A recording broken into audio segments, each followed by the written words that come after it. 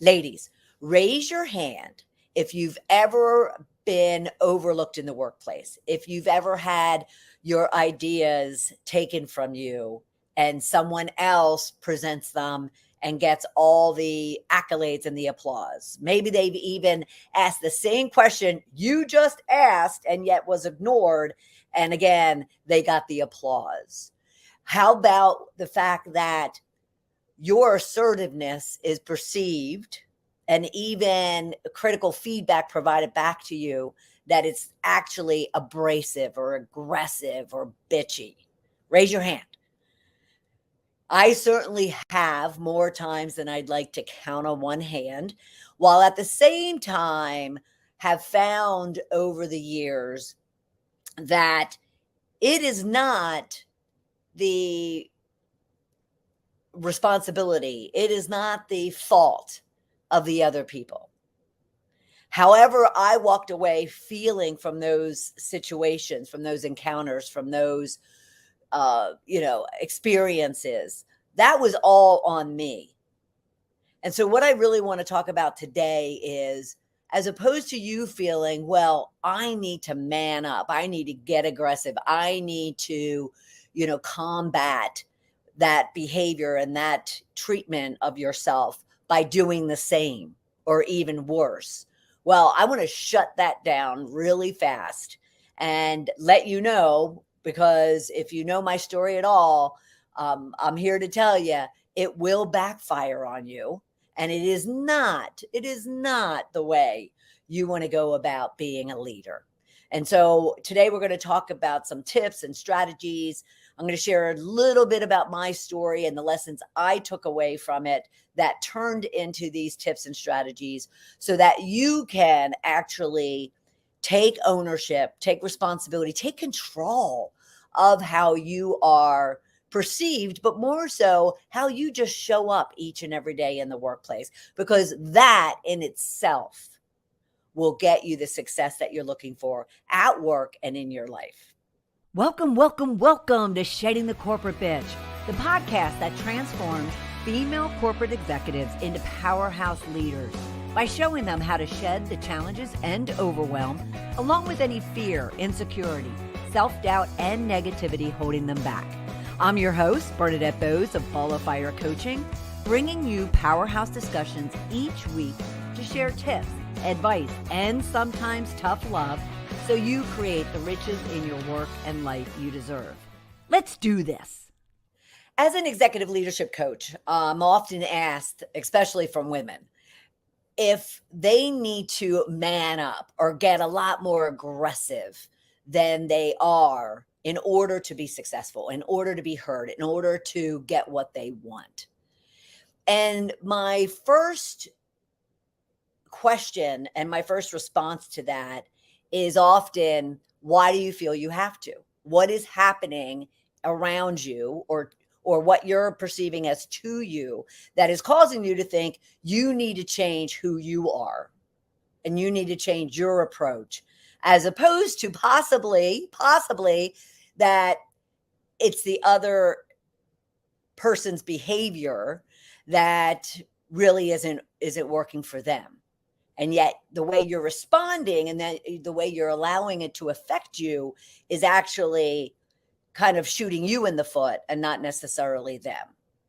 Now, we're not looking to shoot anybody in the foot.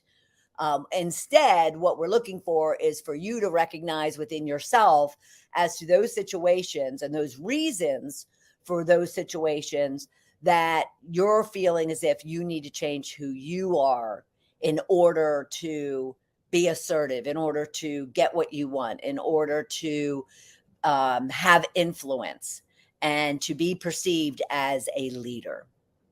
And my story very quickly is the fact that I went down the path of not necessarily manning up, but I went down the path of recognizing in others that the nastier they were to people, the more that they got. And so, and this was early. This was, while I was in college, let alone out of college and in the workplace.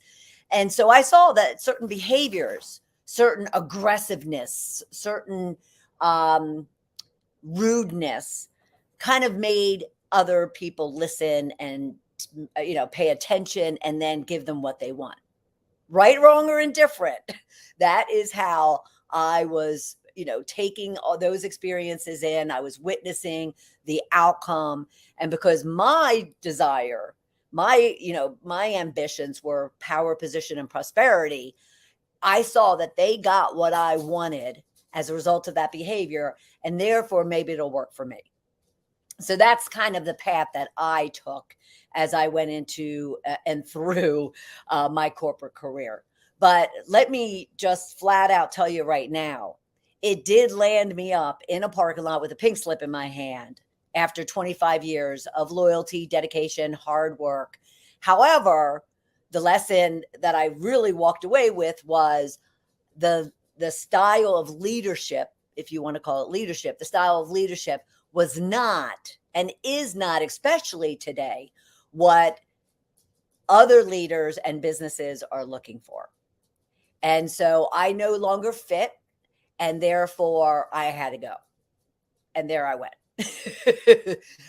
So that experience and that opportunity to sit and reflect and figure out what just happened, why am I standing in this middle of the parking lot with a pink slip in my hand, allowed me to really kind of extract out some really key lessons that I walked away with, that then I kind of flipped on their head to turn into tips and strategies I started using to find what it was that I truly wanted out of my work and my life, and what were those steps that I needed to take in order to do so. And that's what I want to share with you as well today. So the first lesson that I definitely walked away with when I started considering, once I was out of the corporate environment, started considering how I showed up, how I presented myself each and every day. The moment I walked into the office, or picked up the phone, or got in front of an employee, a boss, or even a customer. And I realized that I pretty much was operating as a robot. I'm definitely aging myself by going back to like the 80s and the 90s. But during those times, the whole attitude and approach to employees showing up at work is you leave your baggage at the door. Whatever is going on in your personal life, doesn't impact what you need to be doing for us within the work environment. And therefore, leave all your baggage at the door. And, we don't want to see it, hear it, feel it, anything. And it should not be affecting and impacting you. Well, come to learn very hard that absolutely is not the case. And as a matter of fact, more and more, especially nowadays, the demands of the younger generations, thankfully, is that they want to, show up as themselves. They want a work-life blend. They want, a lifestyle for both their career and their personal life, to where they are just authentically themselves. So my first lesson was, we're not robots. And therefore, as a leader, not only for yourself, but for your people, you need to recognize that yourself is you're not a robot. And what is going on outside of the workplace is absolutely affecting how you show up in the workplace. And so it is true for your people as well. So this is where you need to kind of find grace, and you need to find empathy and compassion and patience and kindness and humility, that we all have our junk. We all have our bitches. And therefore, you want to ensure that you're, keeping that in mind, not only for yourself, but for your people, that you're not robots. And therefore, you need to kind of tap into that and recognize that in yourself and in other people when they need something, they need support, they need help, they need some grace. All right. The other lesson I learned is that I certainly strayed significantly from who I was as a teenager into, my college years, to when I kind of took on this idea that I could get what I want by just, with an iron fist. And so the next lesson that I learned was just that all I had to do is be me. That I was already good enough. That I already had what I needed in order to be successful. I didn't need to take on anybody else's junk or anybody else's behaviors or anybody else's ideas of what worked or what didn't work. I just had to be me. Now, that's easier said than done, is really, really knowing who you are. And we're going to talk about that when I give you some tips based on these lessons learned, okay? The next one would be the fact that you also need to truly believe you already belong. You already fit. You got that job and that position for a reason. You're given this role and these responsibilities for a reason. And if you're not sure what those reasons are, or you don't believe in them, you doubt yourself around them, then that's the work that you need to be doing, because you already fit. You already belong. You already have what it takes to be successful. You just need to then believe in that. Okay. The other lesson that I learned too is that you don't want to hold back. There's so many women and men that I'll speak to as a result of the work that I do. And they'll sit there as if they're expecting someone to come along and tap them on the shoulder for that next opportunity, for that next advancement, for that next project. And they feel as if, well, they don't necessarily have to put themselves out there. They don't have to take those risks. They just do a good job. They show up. And they'll be recognized for that. Well, that it doesn't happen that way. We all wish it would, but it doesn't happen that way. You have to kind of put yourself out there. You can't hold back. If you want something and you see an opportunity, you need to go in and ask for it. If there's an issue that you have a great solution for, and no one else is bringing it up or presenting it or discussing it, then you need to kind of put yourself out there, not hold back, and you need to go and present that. Now, of course, we already mentioned that there's a lot of risk to those things. Oh, well, I'll bring it up and no one will hear it, and then someone else will take my idea and they'll bring it up and they'll get the credit for it. Well, that brings me to the next two lessons I've learned. One of them is just shake it off. Those things are going to happen, because keep in mind something.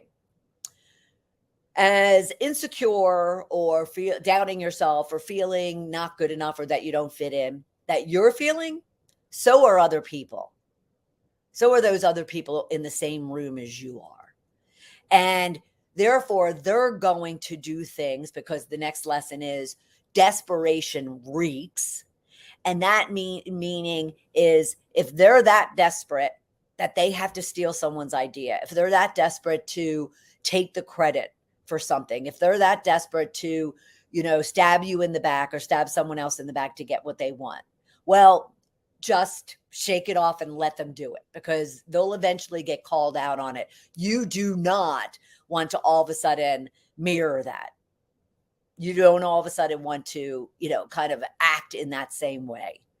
They'll get called out on it eventually. I got called out on it eventually. It took a long time, mind you, but I got called out on it eventually. So you don't want to necessarily, you don't want to hold back. You don't want your desperation, your anxiety. Some people might interpret it as, well, I'm just passionate about wanting to solve this problem or get this new opportunity or get promoted or to make more money. And yet your passion, what you're perceiving as passion, may be projected in your behavior, in your actions, in your words, in a way that reeks desperation from other people. This was probably one of the biggest lessons I've learned since leaving corporate and taking on my own business.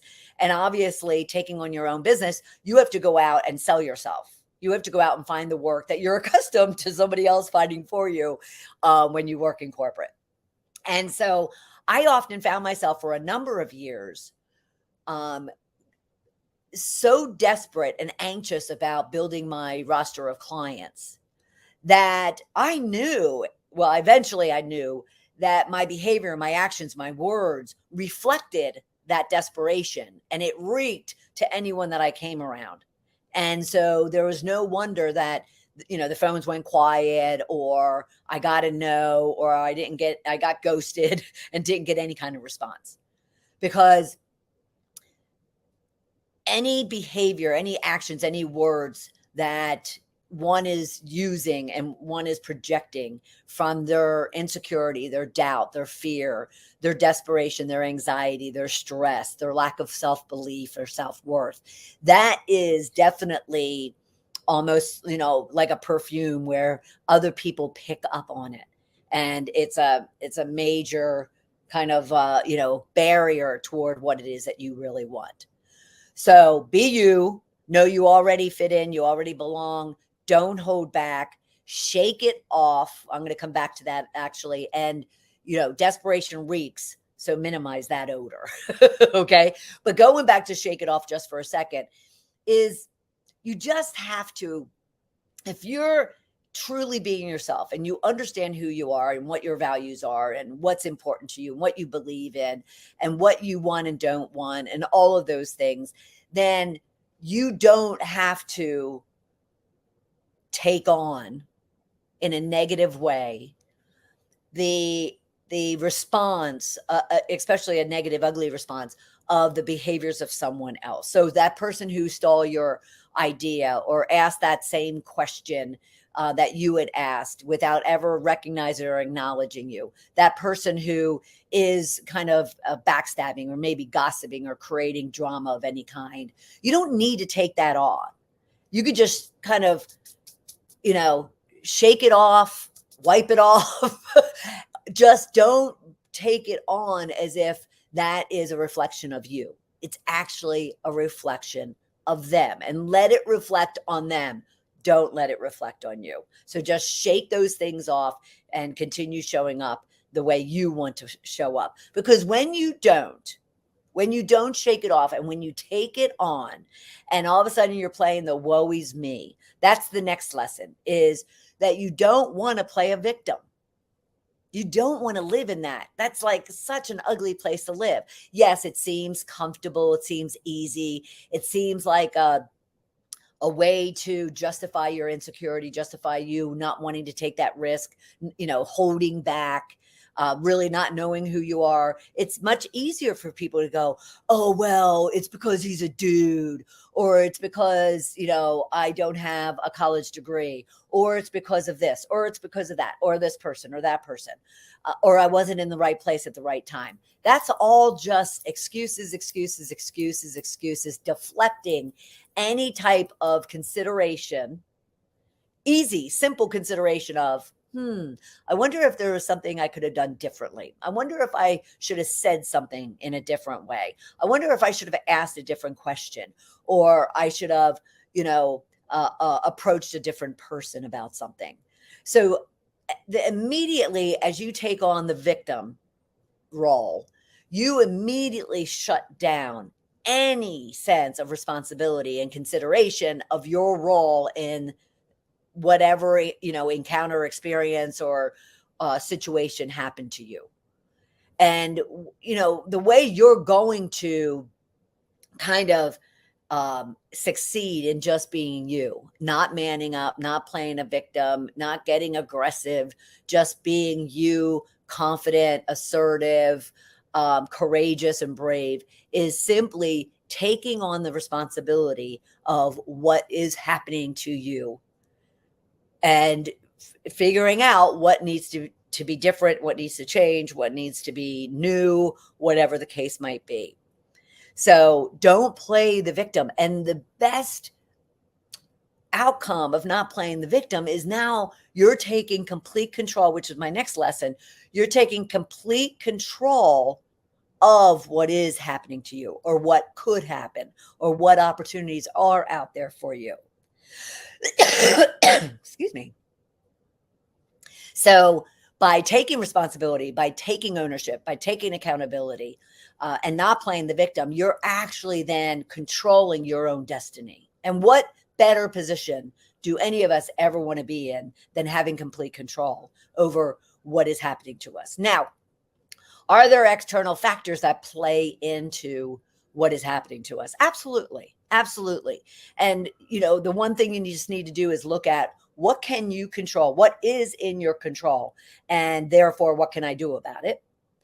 And then look at what is out of my control. So, for instance, say you go and you do ask and you do step up and you don't hold back in asking for that promotion.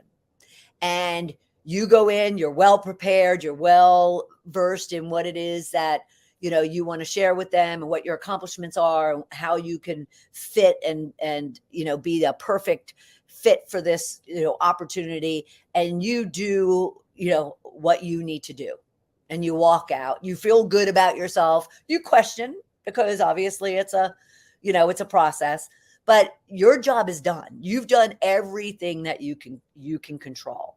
After that, it's out of your control. You don't know what's in the heads and the minds and the decision-making process of the people that are, still to come as candidates, and or those decision makers in a room who are deciding who will get this position. At that point, it's out of your control.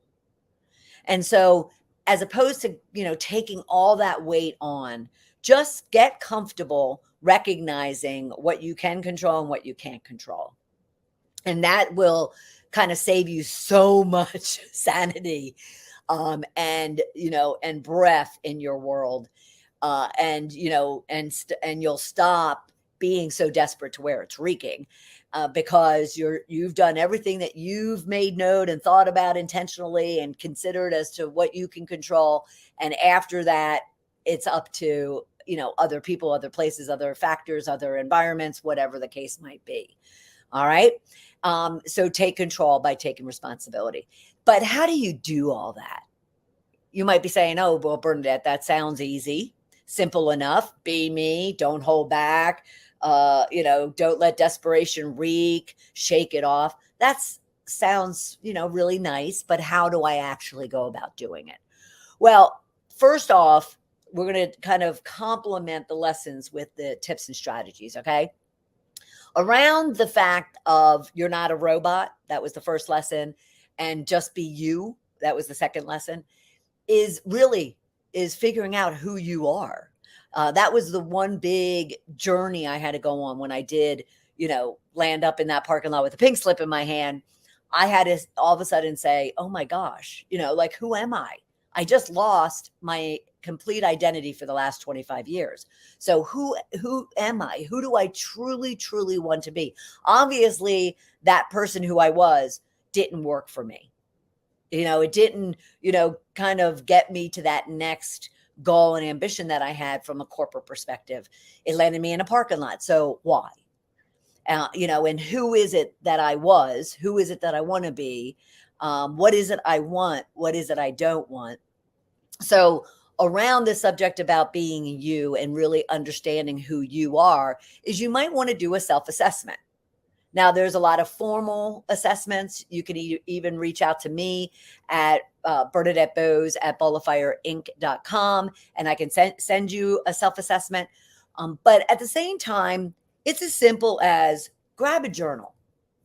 Okay, this is one of my many journals. Grab a journal and start just listing out.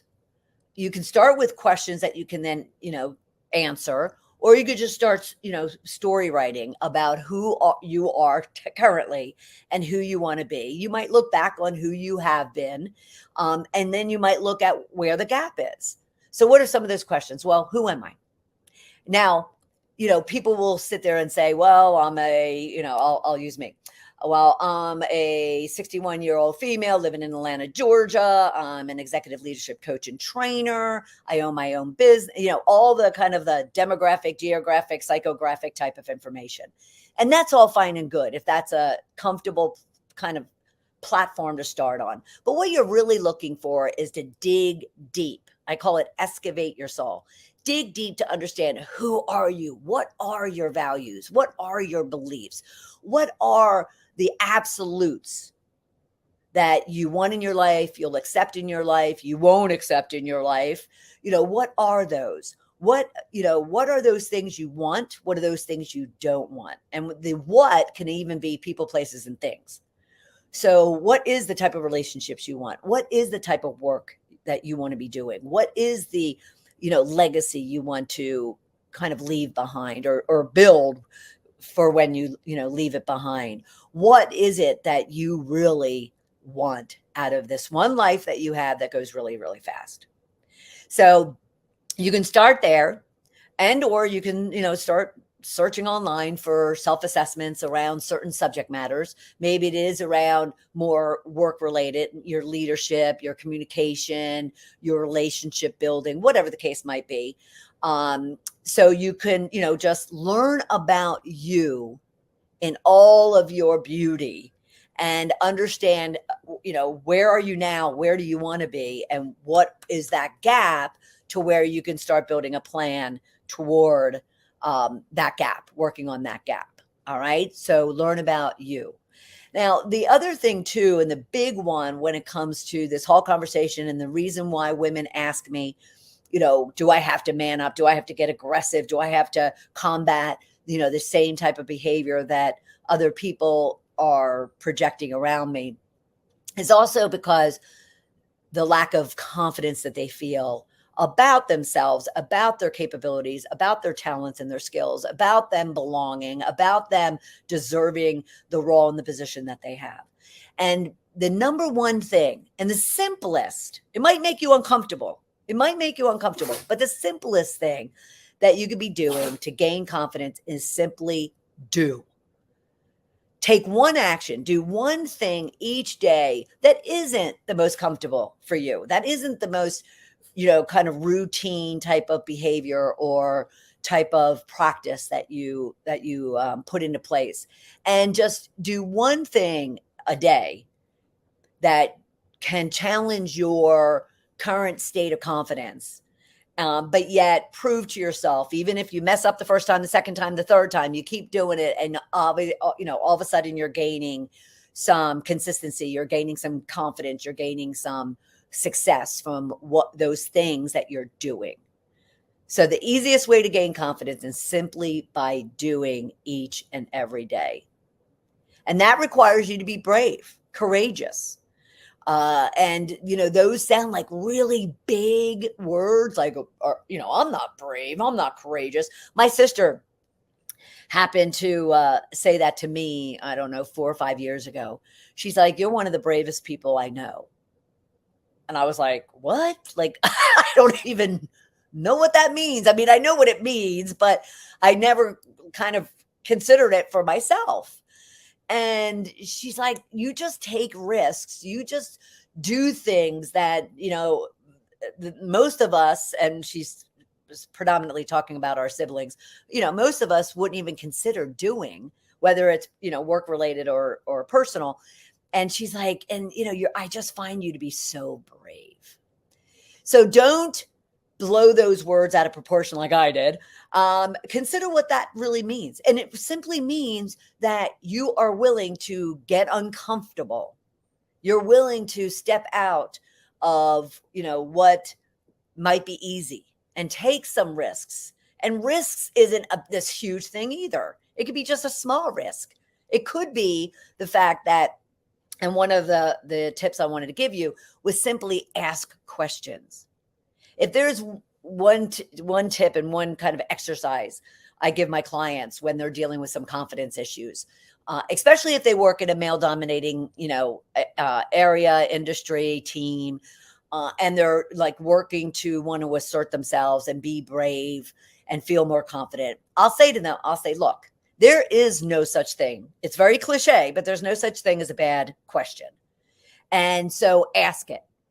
And if you don't ask it for yourself, ask it for other people in the room who also may have that question and are just as insecure as you are in wanting to ask it. Like, don't care how other people respond to you asking that question. Like, don't care. Who cares? If you have a question, ask it. Be brave. Be courageous.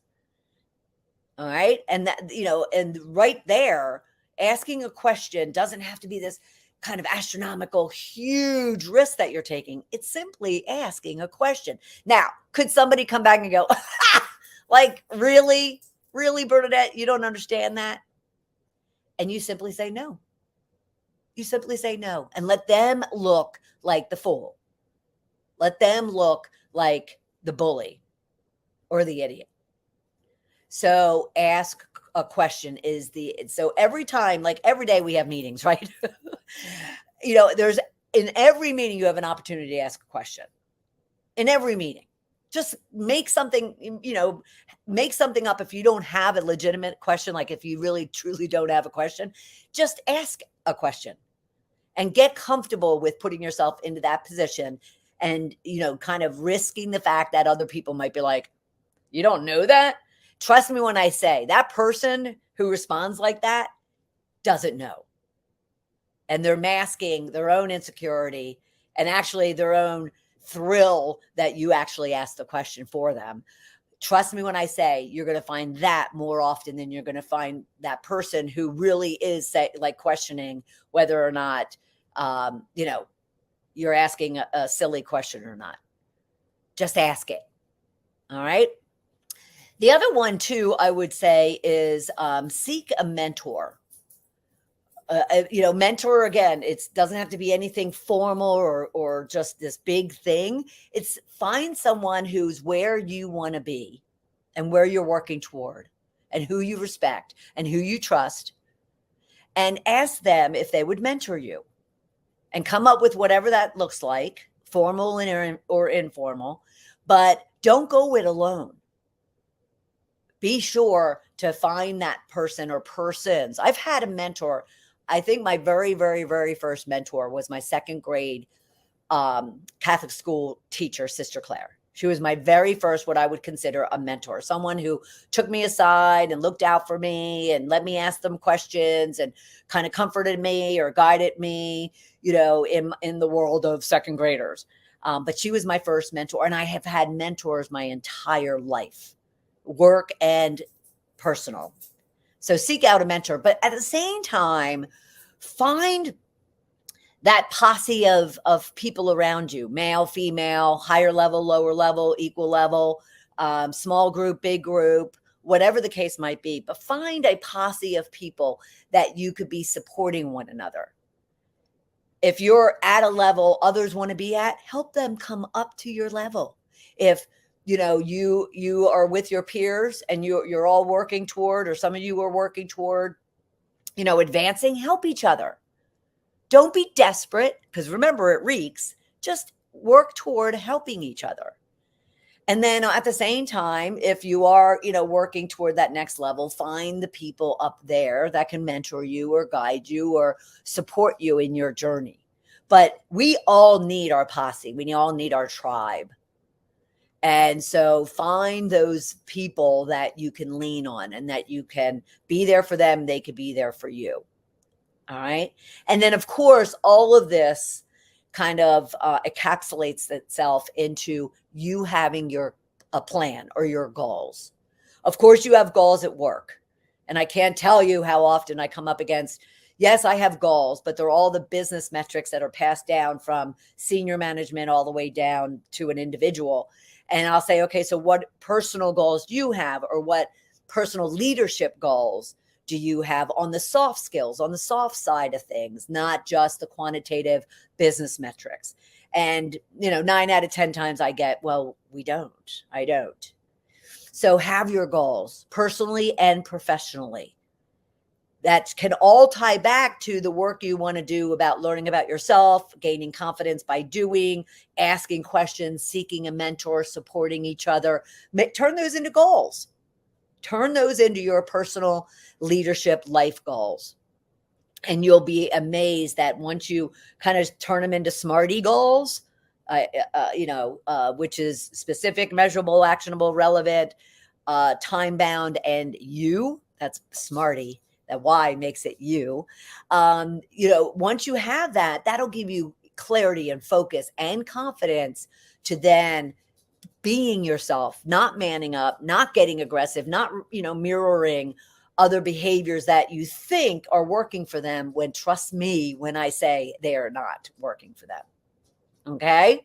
So the lessons were to be you, know you already fit in, don't hold back, desperation reeks, shake it off, don't play the victim, take control by taking responsibility, and do that by those other tips and strategies I just mentioned, which I'll repeat.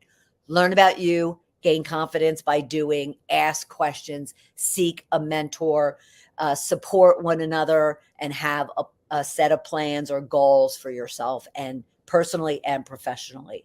And trust me when I say you will achieve the success that you want by just simply being you. All right. So, should you need any assistance, any help, and you want to kind of put together your own plan for how you can learn about you and find that mentor, build that network, ask those questions, take those daily actions, feel free to reach out and let's book a call. Go to coachmebernadette.com/discovery call. Let's have a conversation and get you a plan for moving forward so you can be the powerhouse leader you are meant to be. I am so thrilled that you were here this week, and I'll look forward to having you right back here next week for another episode of Shedding the Corporate Bitch. Thanks, and bye.